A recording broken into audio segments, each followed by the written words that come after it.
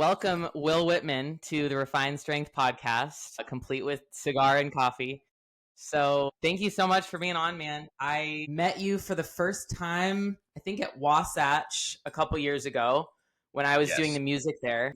And then I saw you a couple weeks ago at Emerald Cup. So, hey, really thankful to have you on. I wanted to just show you're kind of the OG. You are the OG of just the more artful and meaningful stage photos out there. And, since you started, I forget when exactly you really came on the scene. I feel like it was 2018 or so that I first started seeing you and your shots. But a lot has changed since then in 2025. And yeah, I'm excited to just hear from you and give the audience a little bit of that as well. So my first question I like to ask is, who are you? How would you describe who you are to someone who doesn't know? I believe the person that is known in the industry and wants to be known the least. I'm extremely simple. I have very few things in my life I care about. My cigars, my motorcycles, my cameras, and my family. And that's about it. Former college athlete, former competitor, which is obviously kind of how I found my way into the photography of the industry and things like that. But yeah, no. Contrary to popular belief, my name is not Walt Wittmann. I know my first name is nowhere online. It's Will. I got called Walt shooting a concert last night. Someone came up and was like, "You're Walt Wittmann." I'm like, "No, I'm not, but thank you." That's someone else. No, concert. It shows at this point I'm just like, "Yeah, man, what's up?" But yeah, no, I am. In simple terms, my name is Will Wittmann. I'm a 32-year-old photographer, and I, as you said, kind of wanted to bring something very different to the fitness realm of things. And yeah, I believe the way I describe myself to most people is I'm a dickhead with a camera. That's about it. Yeah. Simplifying it. It's because it's so much goes into it, right? The work and the heart you put into it, and the physical work, as well as all of the just like editing and all of the post production work you do every weekend that you do shows, and then your other work as well, like with concerts. But nobody really, other than other photographers, which there aren't many compared to how many bodybuilders and people you photograph are, nobody really knows what all goes into it. They just think like, he took a cool photo. That's it. Well, for sure. And that's kind of, that's one thing. I actually had a competitor at Emerald ask me that at check-ins, why mine cost what they cost versus other people. And that's kind of the thing. I'm like, a Toyota and a Ferrari will get you to the same place, but one's going to be a lot more fun, and it's one of those things where it is the amount of like post-production that goes into it. That's why I always try to tell people, like, if you book me for stage video versus stage photo, you'll have your video that day. You will not have your photos that day, simply because there's so much more post-production that goes into photos than there is into video. Video is extremely simple. It's one of those things where it's the old Picasso joke when he was sitting in the city square. You're not paying me for the 30 minutes it takes me to do this. You're paying me for the past decade that it took me getting to the point where now I can get this done at this quality, at this speed. And, yes, you're going to pay more for it. And that's kind of the old paradox of, the good, fast, and cheap thing. You can have work that's good and fast, but it's not going to be cheap. You can have it good, good and cheap, but it's not going to be fast, etc. Yeah, and so on. Has that always been how you thought about yourself and your work, or did you have to get there over time, just in terms of believing in your quality and like setting your prices the way that you do? No, I just have to preface this statement. Anyone that knows me personally knows I have zero ego about myself. I'm actually hypercritical of myself to the point of self-destruction 99% of the time. But when it comes to my work, I knew what I was going to be very quickly. In about, 2018, it was the New York Pro.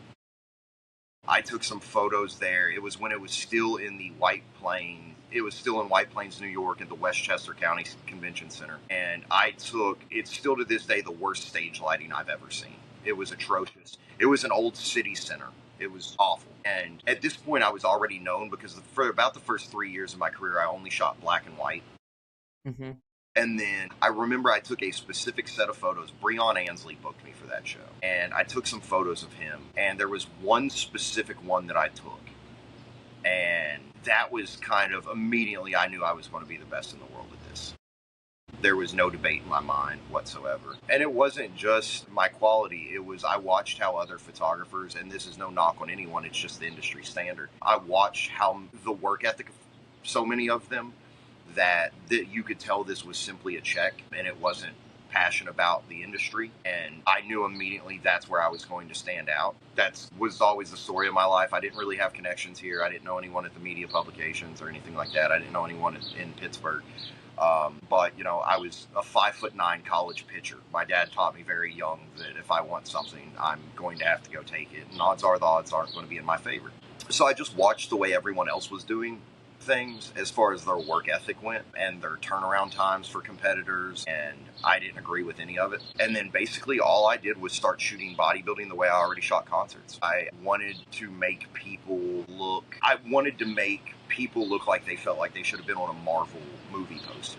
You know, I don't give a shit about what's there. I want to paint you in the best possible light. And I don't want to give you a recollection of a memory. I want to give you something you put on your wall.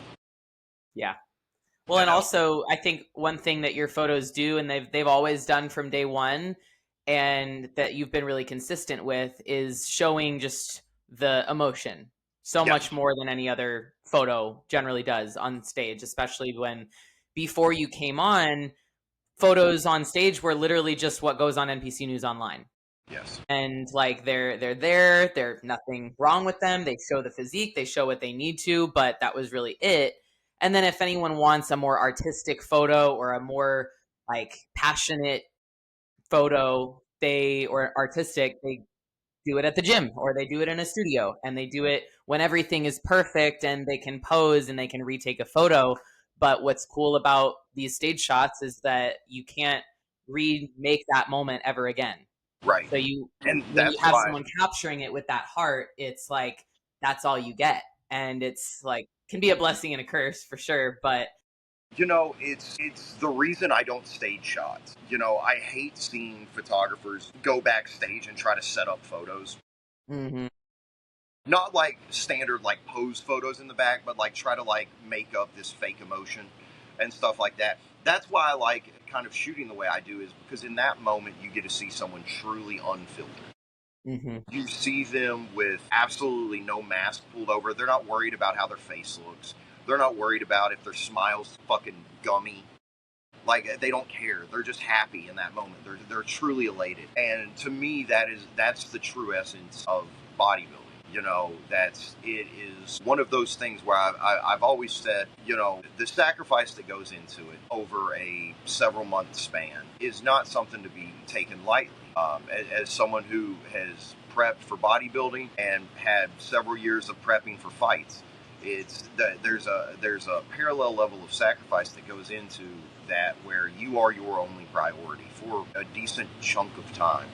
As soon as that's over, odds are you're back to not being your priority anymore. And by me being able to be there and capture those moments, it's kind of like that coup de grace. It's like that final, it's like climbing the top of the mountain and then finally seeing sunrise. It's like that's what we did this for. Like, that's the last moment. So for me to be able to do that for someone and then to see the emotion of it on their face when they see the photo or whatever it may be, that's why I do it.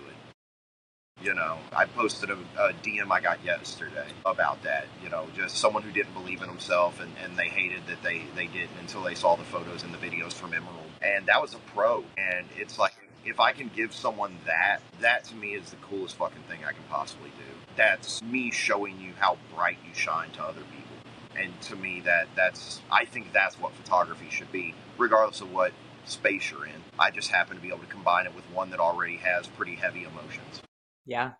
How would you say bodybuilding and doing what you've done for it and with it and in it has changed you as a person? Risk of sounding ridiculous, my work in this space was the first thing that ever made me feel like I was worth something. I've gone through my life and I've gone through things and I've kind of cycled through interests and passions and careers, kind of searching for something. And money was never the answer. Moving and living in a certain city was never the answer. Nothing ever really made me feel. I played college baseball. I boxed. You know, I've written. I've done music. None of it ever really made me feel like I was worth anything until this.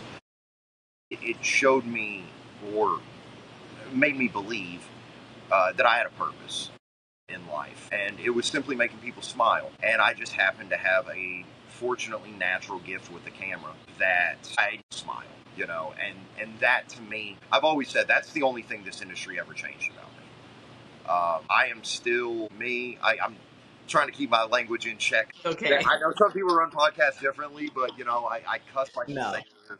I've smoked cigars since I was 15. I'm a bourbon drinker. I'm a gambler. Like, I'm unapologetically me, which is the reason I built my brand. As much as I hate that saying, but it's been the downfall of me at times. As far as professionally goes, in my personal life, I'll never be anyone but me. But it's been the downfall of me in business aspects sometimes. It's also been the reason I've ever been on the top of the mountain. I am truly unapologetically myself, and this industry and no industry will ever change that. I am still the loudmouth punk my mom raised. When you say I've never been, it's the reason I'll never be on the top of the mountain. What does the top of the mountain look like? And talk more about why you'll never be there because of who you are. So the top of the mountain to me, well, technically it's the economy is why I won't ever be there, but We don't have to talk about that part. I'm not a sports car guy. I'm not a mansion guy. I'm not any of this. The top of the mountain to me, and it's a very specific image I have in my head almost every night when I sit out and I smoke. It is about 5 acres, fenced in. It is one of our farm horses from Kentucky down here in Tennessee with me. It is a 2-bedroom, 1-bath tiny house in the center of that 5 acres with a wraparound porch and a rocking chair on the front that I can smoke and sit with a dog. That is the top of the mountain to me. Ideally on top of a mountain. That would be perfect. Isolated. Now, obviously that's the physical side of things. It takes one look into my writing or my captions to know I think pretty deeply into most things. And honestly, the top of the mountain for me is just peace. I just want to feel peaceful, which is something I've never really felt. I just want to, I want to be one of those people that just wakes up and is happy. I want to be a golden retriever, basically. And that's kind of the top of the mountain for me, is just that ability to wake up and be like, you know what? I did good shit today. I'm going to do good shit tomorrow. And I'm in a place where I don't care if it pays off because I'm going to be able to sleep at night. And I've always said it is better to have to find loose change than it is to have strained eyes looking in the mirror. Yeah, that's a really underrated place to be in life, especially being someone with a lot of talent or a lot of just achievements that they're able to grasp with your talent, with your work ethic, drive, with who you know, what, as a bodybuilder, with your body, with your business as a coach. Everyone wants the next step, and then they get there and they want the next one, and they think that it's the pursuit that will make they think that it's the achievement that will make them happy, that will make them wake up and have that peace. But as long as they're thinking that it's that, they'll never have that. No, I remember, sorry, go ahead. Had a conversation almost identical to it yesterday. A buddy of mine here at my cigar lounge asked me, what do you want out of life? I said, I want to make $48,000 a year. I want to work 10 shows a year, and I want people to leave me alone. And that's not like in a negative, like don't talk to me way. You just want to be out of the noise. Just right? in the sense of drama. Like, I was raised in, I'm still young. I'm only 32. But I was raised in a way where, like, when we had problems, we were guys. We handled it one way. We didn't go around and we didn't talk to other people about our problems. We didn't, well, I've got a problem with this person. It's like, no, we went to people's faces. And unfortunately, that era is kind of gone. And we're just in this, like, era of gossip and, like, sassy attitudes, and cancel culture too is part of that. I think people wanting everyone to know their business and know what they think and what their values are when you could just live your life. Family will ask me like, "Oh, how's so and so been?" I'm like, I mean, good as far as I know. They're like, "Well, how are their kids?" I'm like, I don't know. I'm not friends with their kids. Like I know how they Yeah. are. Yeah. Like we're guys. We don't ask details. We know what we know. If you're dying, you're dying. We'll deal with it. But if not, so it's just I just literally I want to make, I live in a state with no income tax. I live very low maintenance lifestyle. You know, I literally I want to make $4,000 a month after taxes. I want to sit on my land, and I want everyone to leave me alone unless it is positive. You Yeah. know, So you've pared down quite a bit over the last couple years with the amount of shows that you do in terms of bodybuilding. And I know part of that is, things that happened in the last couple years. You can talk about that, not whatever. So with that, are you happier now working a little bit less, like you say, that's what you want, than you were when, maybe others saw you as like at the top of the mountain from their eyes, working all of these shows, working the Olympia, working the Arnold, doing all of the things, and being like there, like you made it. it's not necessarily the workload; it's the people I get to work with now. Mm-hmm. It's the people I don't work with now. It's a level of peace. So there's an old saying I've always liked: "Man will work a job he hates for 40 years for a boss he loves. He'll quit a job he loves for a boss he hates in 40 days." I'm not happier because of my workload. I'm happier because of the people I deal with.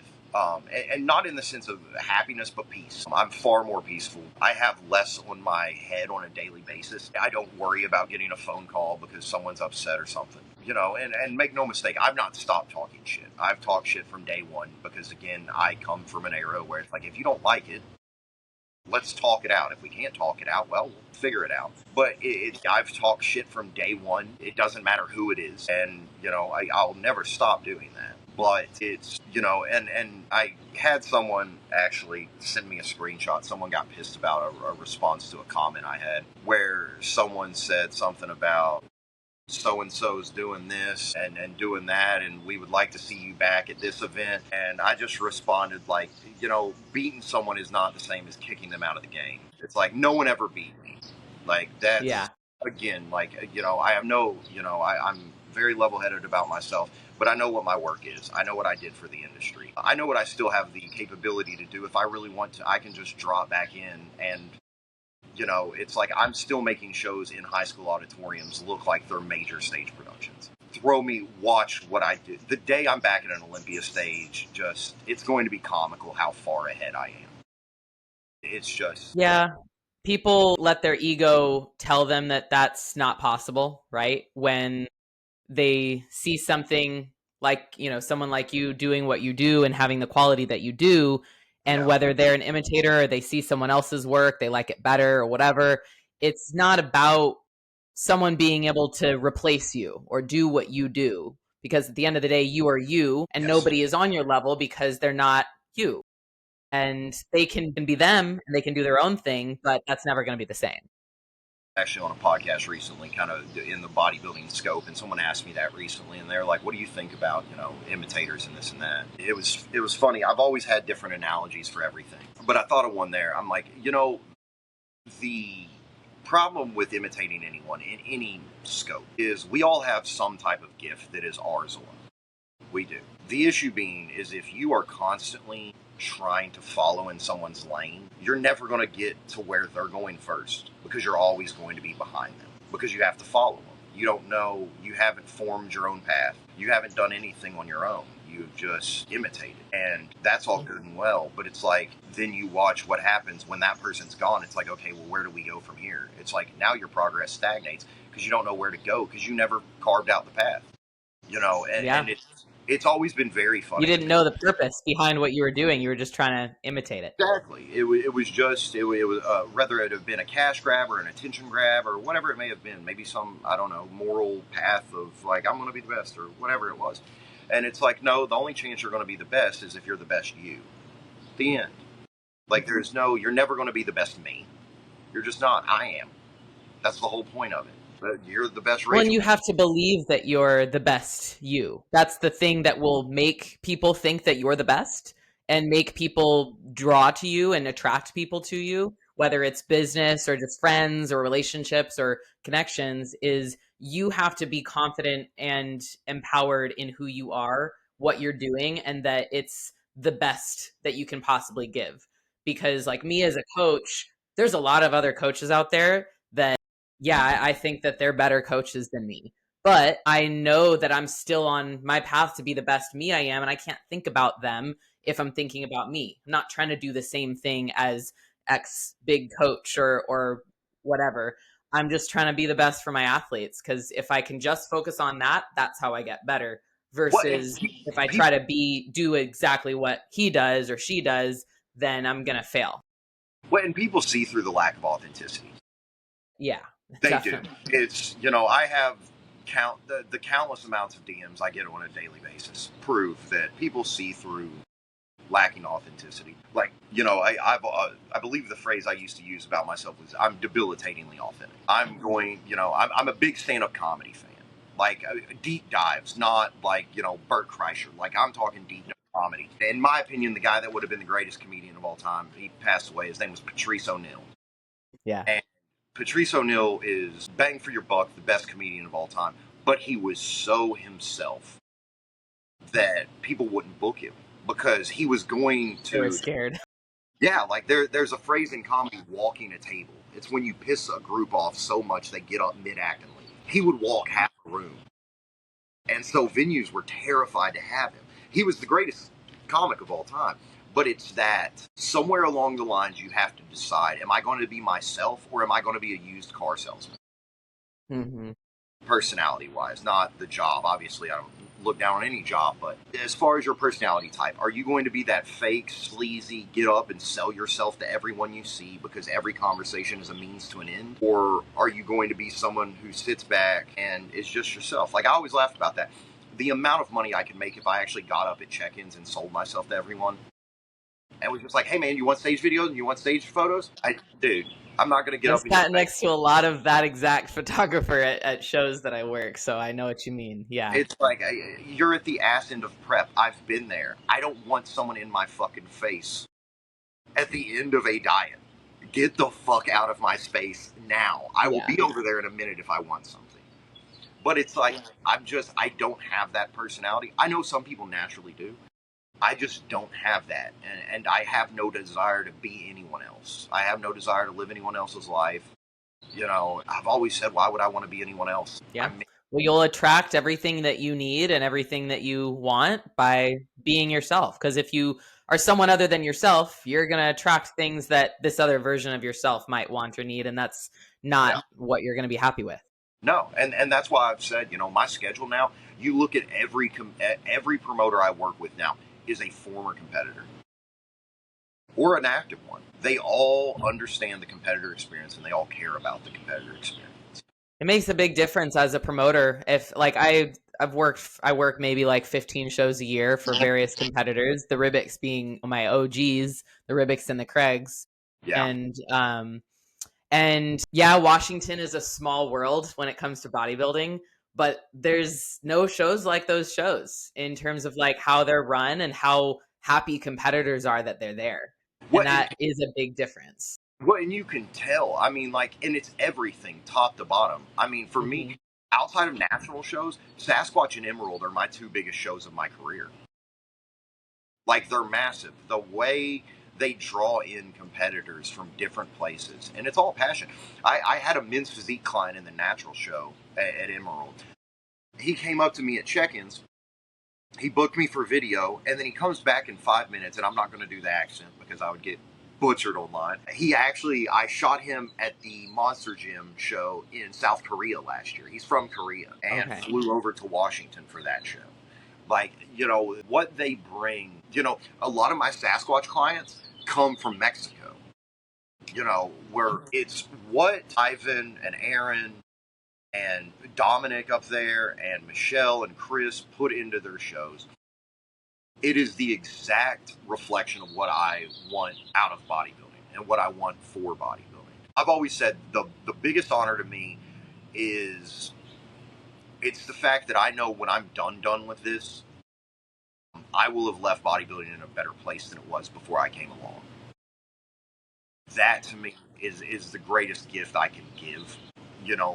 Obviously the individual smiles are great, But then I break down, it's, on a realistic aspect, if I shoot 10 shows a year, I may have 500 clients, but it's all the fans as well. It's the smiles when they see their favorite athlete depicted in a certain way. It's outlet coverages. That will always be the biggest gift I could have given, was the fact that I'm leaving it better than it was when I came into it. And yeah. And it like that goes back to like the imitators and the people that are also just, you could call them like they're inspired by you or have been inspired by what you've done, is you've also made it a better place for the people working in the industry, because before you there wasn't anyone doing photos like that, right? And now you have big people, great people doing similar work or doing their own version or imitating whatever it is, and they're also making that change. They're part of that ripple effect. So whether you hate them or love them, they're still making that happen as well, and that's something you started. there needed to be modernization. Mm-hmm. Bodybuilding is so outdated I know. at this I was point. talking about like the professionalism of bodybuilding with a friend recently, and Yeah, that's exactly it. it's high school cliques, Mm-hmm. and high school drama, which is funny because the men in the industry are the divas. Mm-hmm. And but I mean, it's severely needed modernization. It's so far outdated, and that's no disrespect to anything going on. We just saw this past week the Pittsburgh Pro was fucking phenomenal. That is what the Pittsburgh Pro and the Arnold is what bodybuilding should be. And then that's all, personal bias, positive or negative aside. That is exactly what bodybuilding should be. Modern. It's because you look at our coverage, how embarrassingly far behind it is compared to every other industry. And I'm not going to call bodybuilding a sport. It's not. It's a beauty pageant with muscle. It's not a sport. Yeah. Fitness girls, they can call themselves athletes. That is an athlete. That is a sport. You look at and I even hate people that draw the extreme comparison to like NFL, because it's like, yeah, that's a fucking several billion-dollar company. Let's not say we should be the same. But you look into like even second rate like boxing promotions, like how much better their coverage is than bodybuilding, and that's why, like I've said for a long time, the biggest thing missing since I've been gone from these major shows is just live coverage. Yeah, the live streams. You got live stream, but it's like, not everyone's going to pay $30 a pop to watch a 12-hour show when they give a fuck about one person. Yeah. No one's going to do that. That's kind of been the downside of seeing the complete lack of like live photo coverage. I get the video thing because it's almost impossible for modern computers to get 4K video up online instantly. I get mine up during the show, but it's still probably 5 to 10 minutes after the person's off stage. Mm-hmm. Whereas photos, as far as I'm concerned, photos should be up while the person's on stage.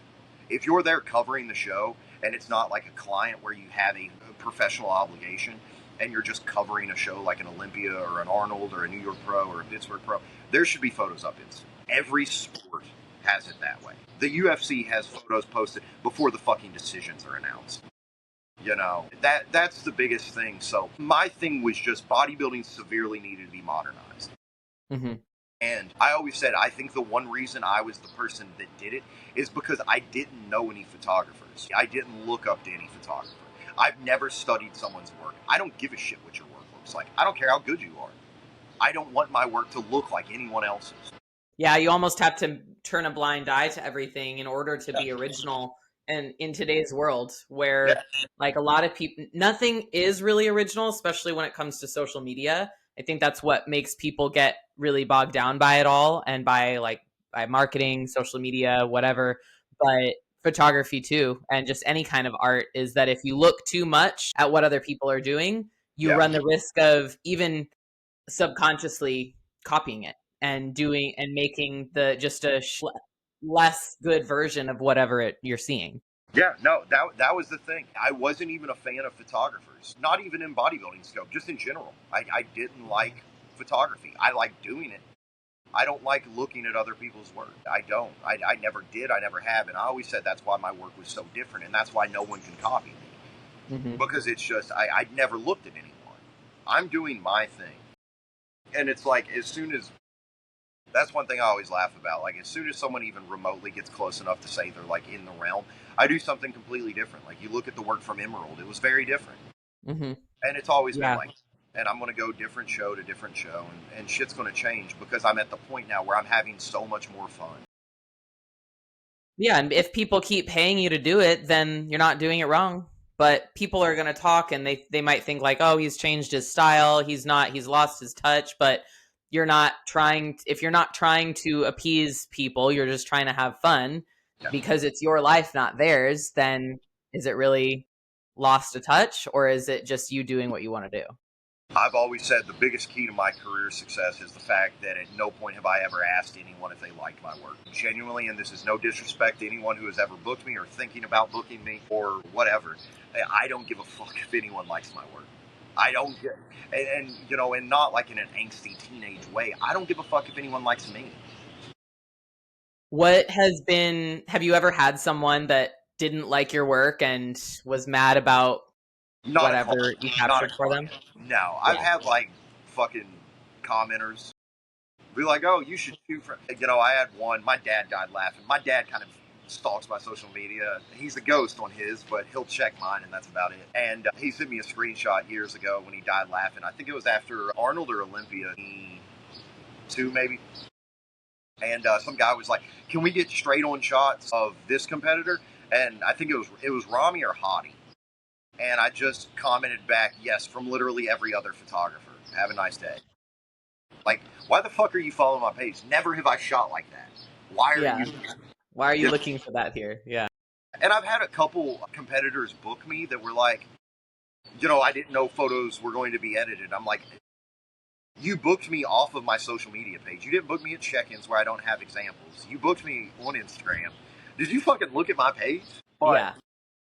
it's one of those, it would be like going to McDonald's and being pissed they don't have a steak. It's like, you went to McDonald's. So it's, I've had, commenters and random bodybuilding fans not like my work, but at no point have I ever had competitor complaints. And also part of that is because they know my style is to push the boundaries of what I'm They doing. know what they're paying for. Yeah. Yeah, If you want you're a not. straight on shot, you can just get it for free on NPC News Online. Exactly. And that's what I always said. Someone asked me the last show again, like, why is he this much cheaper? I'm like, fucking dude, we offer different things. Some people want to go to Wendy's, some people want to go to Ruth Chris. Doesn't mean one's better than the other. It means some people want this and some people want that. Fucking figure out what you want and figure out what you're willing to pay for and do your thing. But now, I mean, for the most part, everyone is extremely receptive to the way I do things. And shockingly, beyond that, it's again, I think people just respect the authenticity of it. Like I said, I've literally never asked anyone if they like their photos. I hope they do, but when it comes down to it, I do things my way. I think that's a big part of a big part of that is setting boundaries, and not enough people really know how to do that in their own lives. So when they see someone setting a boundary, whether you're actually setting the boundary with them and spelling it out for them, or if you say, this is how I do things, or this is my work, this is my price, take it or leave it, they get uncomfortable because they don't set boundaries for themselves like that. Well, and funny enough, I've had a few very funny experiences with competitors in that aspect. I've had guys come up to me at check-ins and be like, "I'm going to pay you, $150 for this," and I'm like, "I'm not negotiating. What the fuck are you doing?" No, you're not. You're either going to pay me my rate or you're not working with. I don't give a fuck. Where this is not UNICEF. But it's not charity. If you don't like it, that's fine. Go elsewhere. It does not bother me. I will not lose sleep. And I've had those funny experiences. I've had ones that have been pissed that like, I had one complaint that again they didn't get the raw photos, but it's like it literally says you don't get those. Why would I send those out? You wouldn't get on stage 4 weeks out. You see a finished product or you don't see a product. Your pick. So again, I've been wildly fortunate having good experiences with competitors. And now, don't get me wrong, I think part of that is because, like, if you book me on social media, at check-ins it's a little different, but on social media, it's like, I vet you. I go through your page, I see if you're a dickhead or not. And if you are, I respond, I'm not interested in working with you. I don't give a shit what you're going to pay me. I've had Olympians offer to pay me triple my rate. I don't care. If I think you're a dickhead, I'm not working with you. You know, I don't care what I stand to financially gain. It's why I work alone. There are plenty of people I could work with that I would make more money. I don't give a shit. Like I said, I want a kosher life. I want to go to an event, shoot it. I want to get on a plane. I want to come home. I chill with my neighbor's dog half the time because I can't have one because of travel. And I just hang out with the dog and smoke my cigars and other things. What's been the hardest lesson for you just as you found this level of peace that you're at now if you were to look over your career? Hardest lesson? Mm-hmm. You can do everything correctly. You can stand for everything morally correct. And there are still people who will care more about their wallet than their ethics. That is an extremely hard thing. And to expand on that one even further into more specifics is those types of people will forget everything you ever did for them. It's what I call dog brain, where it's like when you give a dog a treat, it eats it, and then 2 seconds later, it's like, all right, where's my treat? It's like, I just gave you one. It's like, that's cool. Where's my one now? And, coming to terms with that, because again, I probably my favorite series in a long time is Lucifer, if you've watched it. And, literary terms, that's always what Lucifer was. He was an angel that was sent to punish. He wasn't a bad person. And I'm a firm believer in the world needs to be balanced, and certain types of people probably don't deserve certain things. Those same people that don't deserve certain things definitely deserve other things. And it's been the hardest lesson for me was coming to terms with the fact that I can't be the person that balances the universe. Not dying on every hill, just saying, fuck this hill. What do you think makes us as humans think that we can do that with the people around us? Can do what exactly? Can balance the universe and balance the people around us and, give them what they deserve, take what they don't, that kind of thing. So I think those of us that think we can be the balancer, I think there's definitely a lack of a certain sympathy for people. I've always said I feel no sympathy for bad people. If you do me wrong, I joke around. You know Becky. Mm-hmm. Yeah. We joke around all the time, and she gets on me about, being an eye for an eye person. And I am not that. I am, you take my eye, take your head, because if I take your eye back, you can still take my last eye. And I've always been that way. I joke around, 2 nukes was not equivalent of shooting up some boats, but you notice we never had another Pearl Harbor. Yeah. Overreaction works. So my thing is just, it was always hard for me because I've always viewed myself as a protector type. So when I see something out of balance, like I want to take care of my people. Before my brother passed when I was young, I was his protector because he couldn't fight his way out of a paper bag. So he would start shit, and I had to be the cleanup crew, so to speak. So it's my desire to be that scale, that balancing scale, was always just rooted in being a protector and knowing that if someone's willing to do me wrong, when I am someone who fancies himself as someone who really dumps a lot into people and tries to make people happy and tries to do the right thing, if someone's willing to do me wrong, I know someone who has very strong boundaries, I know they're willing to take advantage of other people. And although that's not my responsibility, it feels like as a human being it should be. Yeah, like it's a duty because it might not ever happen if nobody else does. But I mean, that was the hardest lesson I've had to learn, that you can stand for everything right, and there's still some people who the dollar will come before ethics every day of the week, no matter what. They'll sell their mother for $1. Yeah, and it's important to be able to stay authentically you, hold your own boundaries, and still do the best work that you can and be kind to people with all of your values when other people aren't doing the same. We want things to be fair. We want people to see that that's how we show up and that's how we act, but that's just not reality. Not everyone is at that level of awareness of themselves. Well, I always say you can go through life 2 ways. You can live it in the world you wish it was, or you can live it in the world that it is. And only one of those are productive. I can walk around and say, like, people are going to be good humans. But the fact of the matter is if you've never been through shit in life, you're probably going to be a piece of shit. If you've never had to earn anything in your life and everything's just been given to you by your parents or your friends or your family, you're probably going to be a bum. Yeah, Like, that's true. morally, you're probably going to be a shitty person. Like, I joked about it last night at a concert I was shooting. I hate the phrase "hurt people hurt people." No, they don't. Shitty people hurt people. Hurt people don't want anyone to hurt. Hurt people dump everything into other humans. Shitty I people. think that phrase makes sense when it comes from a place of hurt people. They don't know how to not be hurt generally. And so they inadvertently hurt people because they don't even know how to heal themselves. Yeah, and I've written it in several captions. I am a firm disbeliever in bleeding on people that didn't cut me.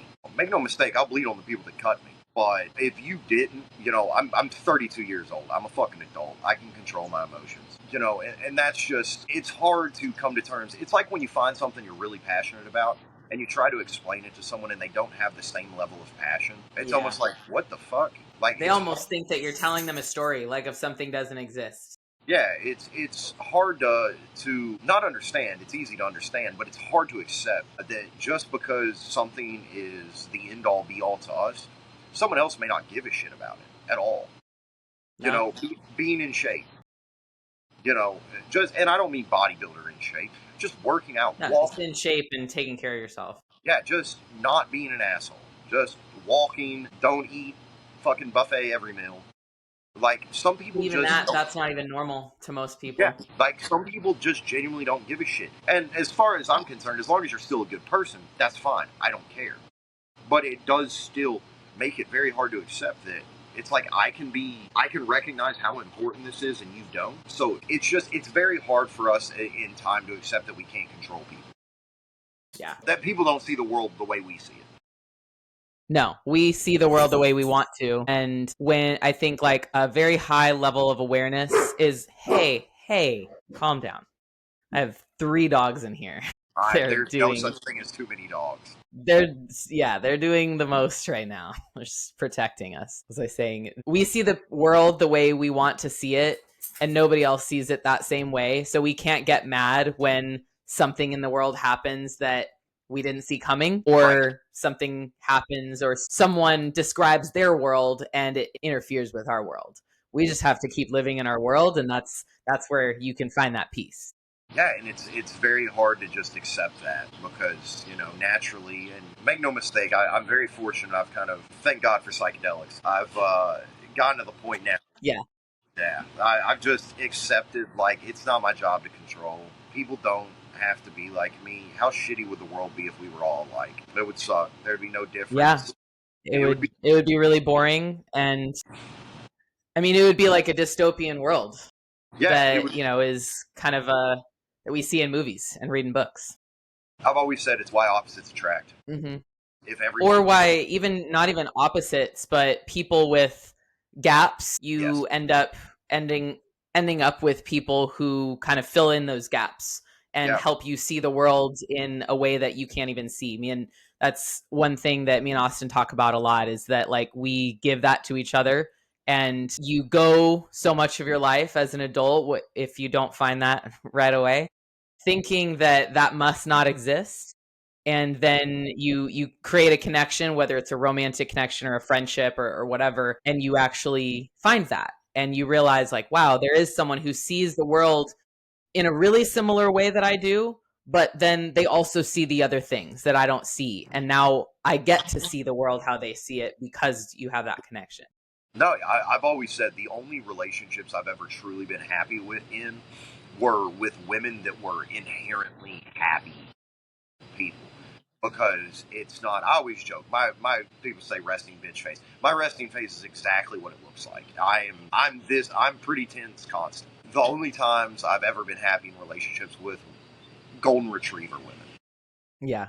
And you said earlier you wish you could be a golden retriever. Yeah, it's because I wish I was a happy person. I do. I wish I had that just ability to just look at the world and be like, you know what, shit's gonna be all right. I am the antithesis of that. I am. Do you think you're closer to that now than you were 10 years ago? No, I think I'm more accepting of it, of how I am, which in itself provides a certain level of happiness and peace.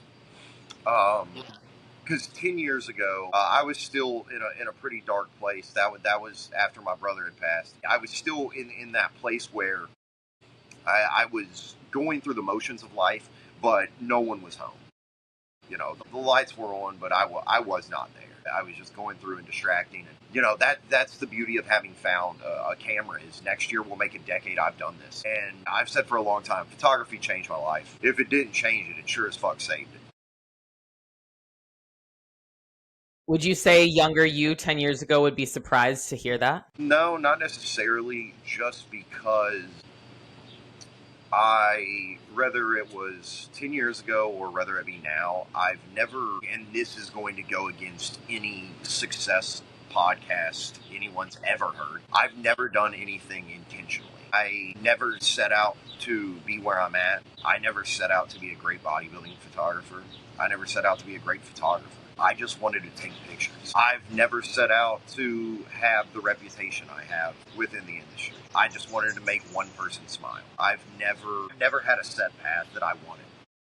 I am as close as you are ever going to get to that tumbleweed just rolling through town. I don't have intentions. I don't, they're the best. Oh my God. What breeds are there? I have to ask. Oh, they're a whole gang. We have a mini Aussie blue heeler. His name is Flex. He's the alpha. He's the oldest. And then there's Jax. He's a brown golden doodle. And then Louie, you might have seen earlier, he's my little pit bull. And he's a gray, like blue staffy pit bull. They are the best things about life, I tell you. They're what makes shitty people worth dealing with. It's dogs. I mean, I just spent $2,000 on my yard making it all grassy, pretty much just for them. That's exactly why I said, like, the top of the mountain is 5 acres fenced in. Yeah. I want several dogs and I want horses. Well, it's funny what you said about, like, this goes against Success Podcast about the, like, not doing anything with intention. And while, like, I am someone who thinks intention is important in life, but I do agree with what you're saying of, like, you're not always going to find what you think is your happiest fulfilled place by doing things you think you should do or doing things other people think you should do, for sure. And like, I look back on my life 10 years ago was when I first started competing. When I first started competing, I was a personal trainer, barely making any money. Yep. I quit my training job to be an assistant at a law firm just because I wanted to get insurance. And I was nowhere near where I wanted to be, but I didn't know what I wanted to do. But just each step from that point and then figuring out the next step and the next step, that's what led me here. And so while I have had a lot of intention in my life, it's the individual steps that if you just focus on, like, what do I need to do right now to be happy or to make someone smile or help someone, for me as a coach with their health, their fitness, their goals, just focusing on what is right in front of you versus what's not within your grasp yet, because that's what I think slows people down or speeds them up so that they can crash and burn because they were so fixated on the outcome and not as much focused on just enjoying the process and enjoying the journey. I said something similar recently where I was just telling a buddy of mine, he's a photographer in the bodybuilding realm. He doubts himself a lot. He's a younger kid. And he's trying to find his ground because he's starting kind of to realize what we've all realized over time of, certain people, what they seem to be. I was explaining, like, he was kind of like, I'm thinking about giving up and this and that. And I was trying to explain, like, dude, if your story is only the time shit's going good, you're going to have a real short book to read at the end of this. Like, the best chapters are the dramatic ones. Like, I always said, the greatest thing to ever happen to me was the worst thing to happen to my life, and that was losing my brother. It's the greatest thing to ever happen to me. It taught me how to be a human. It taught me how to treat people. It taught me the appreciation of time. All of the worst chapters of my life, finding out that people I broke bread with were not worth giving crumbs to. Those chapters, as difficult as they may be in that moment, are the important ones. It still isn't forged in cold weather. It's the fire, and I'm a firm believer that if I can go through hard shit, I'm going to be very happy about it. those are the paths that I want to walk. That's why every great man loves the hard path, because it makes you the best you. Yeah, it I does. I'm It's hard to tell people that in the process of like, or when they're in that suck. Why do you think people can't hear that as much when you're giving that type of advice? I think because they look up to people of the glitz and glam. I think a lot of it is modern day social mediaification of success. I had that conversation. I use a very specific phrase when I have a photographer come up to me and introduce himself and say, I want to get to where you're at. No, you don't. You want to be where I'm at. I slept in my car for 2 years to start my business. You don't want to get to where I'm at because you're not willing to do that. You want to be where I'm at. You don't want to deal with all the other things. Hell, and I mean, like I've always said, success is not linear. Anyone that thinks it is sucks. My last 4 shows last year, I made $0. I found out later there were extenuating circumstances that were caused outside of my power for that reason, but nonetheless, it's not linear. And people get this glitz and glam. Honestly, that's why I keep my personal life off of social media. I don't want you to think I'm successful or unsuccessful. I don't want you to think jack shit about me, quite frankly. Enjoy the show. People want to be the exception to that rule. When you tell them that, like you lived in your car for 2 years and they don't believe that's for them. They believe like, well, if I can just get the advice from him, or if I can just get the mentorship or guidance, or if I can just copy this, or if, whatever it is they think that they just need to do, it's not one thing. It's 100 things. It's a million things. And it's going to be different for them than it is for you. Well, and that's one thing I've had to explain to a couple of examples in that, where I'm fortunate they use certain terminology at the start of it, where I'm like, you think you're going to be the outlier to this difficult journey. You just came up to me and told me I'm the greatest to ever do this. And you think you're the outlier and I wasn't? Yeah. None of us were the outlier. You literally just told me I'm the outlier. Yeah. I did this for 4 years before I ever made 30,000. Yeah.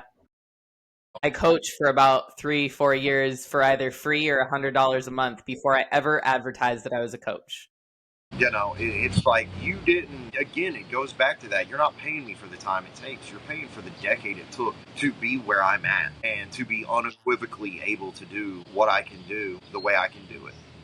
And I think a lot of people nowadays too, and this is probably an unfolding opinion, is also I think a lot of people think they're going to be the outlier because parenting is softer today. Yeah, definitely. It's how special they are. My dad's a great man, but there is one thing he did a great job of teaching me growing up was that you aren't shit unless you work for it. Mm-hmm. And nowadays you've got people being told like, oh, you're the greatest. It's like, name the last time you had a parent be honest and not say like, oh, my kid, he's special. He's so gifted. Dude, no, he's fucking not. He's a fucking normal kid. Leave it alone. You just have no standards. You have no benchmark of what gifted is. And that's fine. But be honest. Like I always say, like, this is going to be a hot take. Sorry. No, don't be. I always say, I hate this whole everyone is beautiful thing. No, it's not. We shouldn't have told everyone everyone's beautiful. We should have told them that it's okay if you're not. Yeah, I agree with that. We should have told you that it's more important to have a pretty heart and a pretty soul than it is to have a pretty face. But instead, we told everyone everyone's beautiful. No, they're not. Those are the pro athletes of appearance. Yeah, and it also, like, even going deeper into that, like, not everyone's beautiful on the inside, too. And so, but if you tell everyone that they're beautiful, that they're perfect, that they're special, then what do they have to work towards? What do they have to they don't you've taken from them the ability to see that they do need to improve. Because I look back at where I was at even 5 years ago in 2020, and I left my husband at the time at that because I was done with that toxic relationship. And even though I knew I was leaving something and leaving someone who was not a good person, I still knew I needed to work on myself. Yeah. Because what's the common denominator between me and this guy and any other relationship that's never worked? It's me.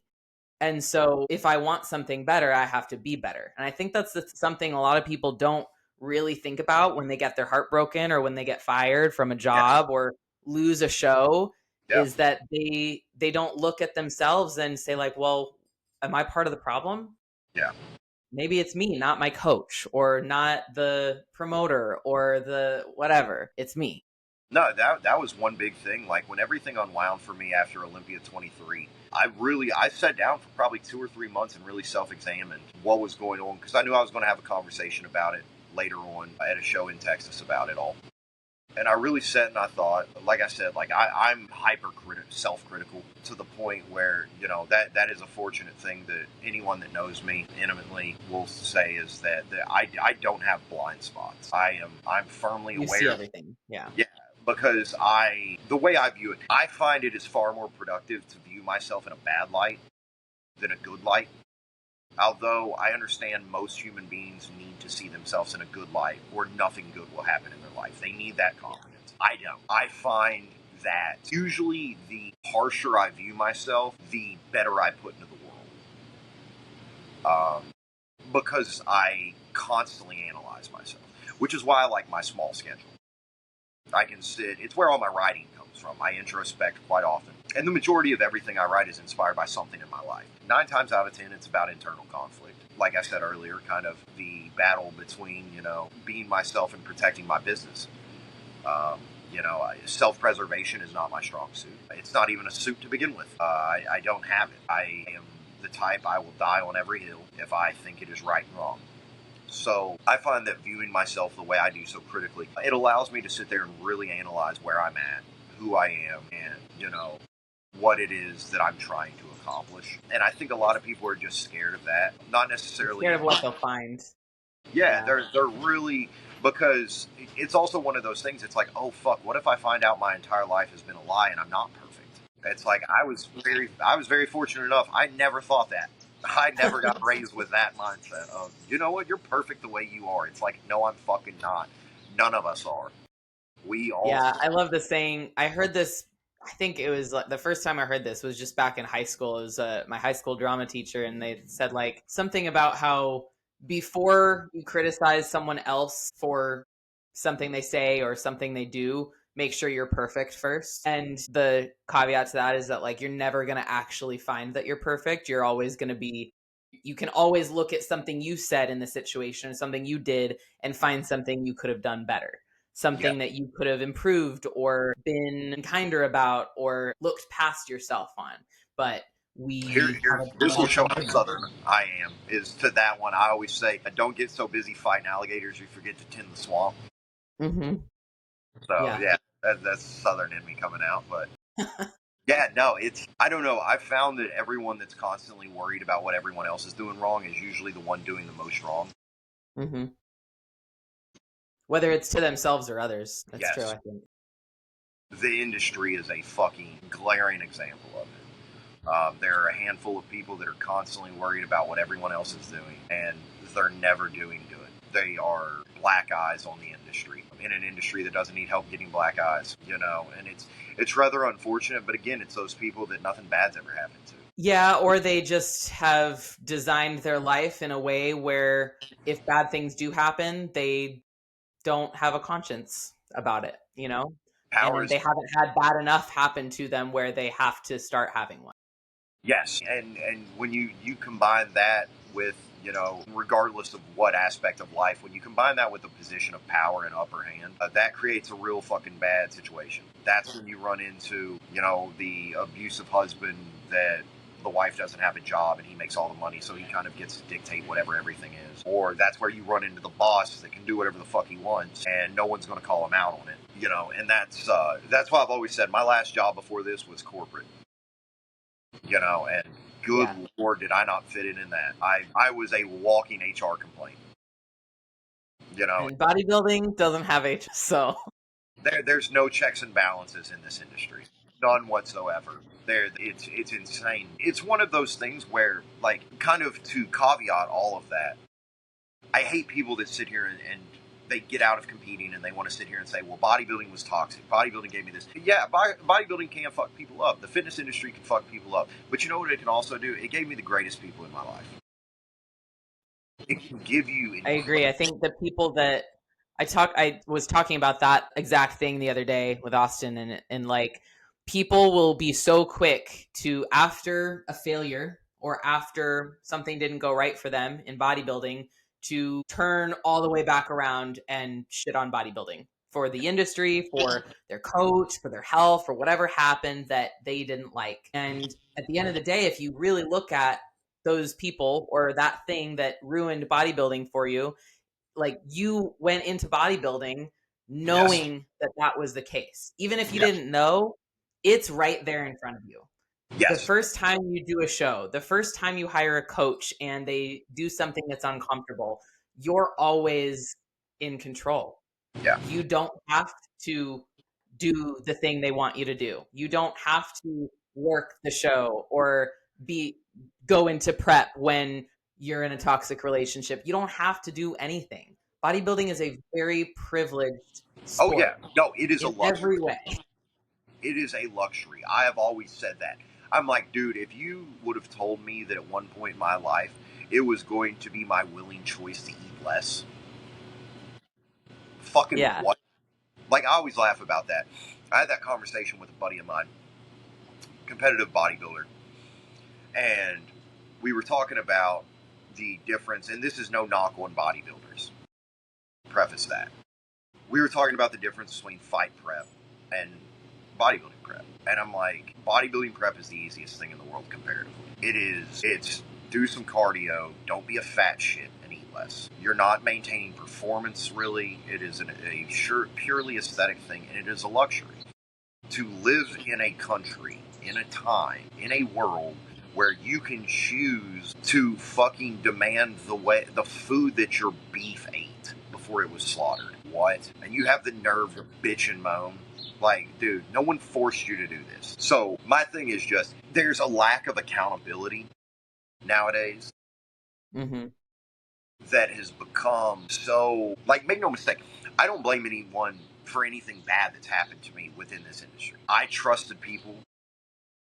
I chose to be close to people. I chose to do things. I chose to be me. I chose to react certain ways. Everything can be chalked up to me. I've always said, you get in your car, you drive to work, and you get rear-ended. You chose to drive at that time. I Yeah. understand that other asshole may have been on their phone. But, again, you can behave the way you wish the world was, or you can behave the way the world is. In the end, you chose to drive. Taking that level of responsibility and accountability for your own actions and your own thoughts, people think that that makes them weaker, but it actually gives you the most strength that you'll ever have. It's free. You now Because, you're in control. yeah, exactly. Nobody can take that accountability away from you. You can No. always look at what you did, a mistake you made, something you said, something made you feel, and you can always decide to think differently about it and then to act differently about it. Yeah. But nobody else can decide that. You can decide that.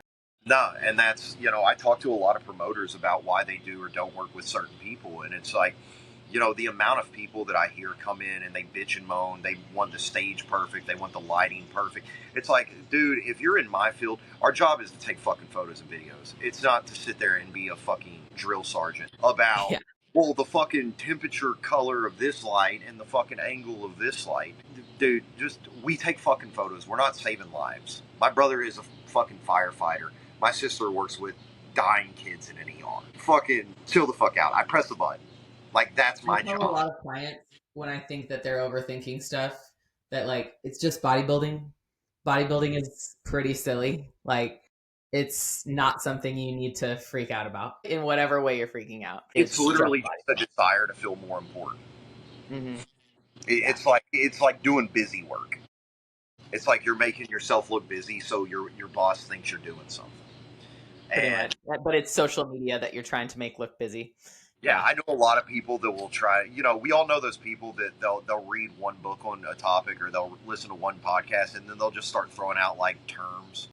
It'll Like, come their whole personality. Yeah. yeah, like psychology is the easiest one. Like how many Instagram psychologists there are talking about, like, well, they're a narcissist. It's like, you probably don't actually know what that word means, but okay. And it's like, I know plenty of those people within the industry that want to throw around like big words and overcomplicate very simple shit just so it looks like, oh, I'm this or I'm that or I'm special. It's like, no, you're not. You're just making simple shit complicated to You're feel just like, another bodybuilding coach.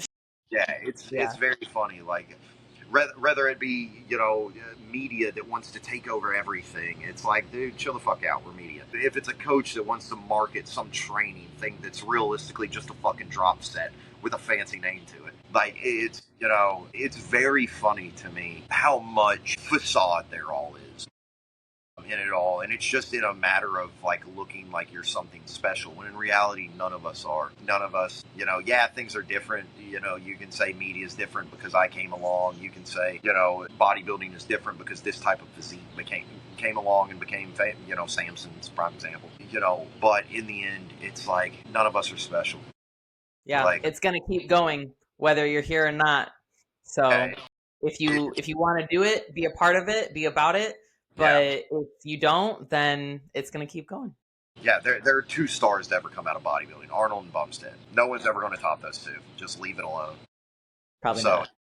I don't know. It's just funny to me, but like I said, it's in the same flip side of that, or on the other side of that coin. It's given me some of the most authentic humans I've ever met.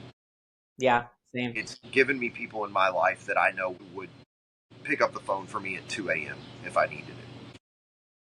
It's given me all the promoters that, despite conflicts, still book me to come to their shows, knowing they're going to have to deal with fucking someone bitching and moaning about something. That's that right there. This still, like I said on my story, that was the coolest thing about Emerald, is obviously being out of big shows for some time, seeing the amount of people that still go to bat for me and support my work. It's extremely humbling to know that, especially in an industry that moves so fast and is so fast to forget everything. Like I said, people that have dog brain. It's very neat to see, and it's nice to know that there are still some people that actually appreciate what I gave to this industry. Because, like you said, a lot of the work behind the scenes, that's the cool thing about knowing all the judges is they watch like the positions I sit in, they know what it does to my body, and they watch how I move the next They're like like, 3 ooh. and They thought they had it rough just sitting there all day, and then they see you.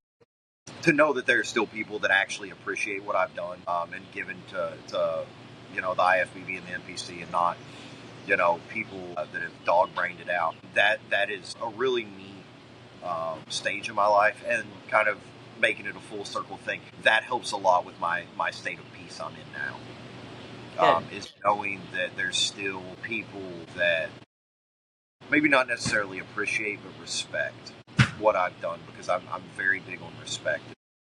Why, it shows. I'll talk to someone if someone wants to talk to me, a photographer, a competitor, a coach, an official, whatever. I'll let them talk until until my ears are bleeding.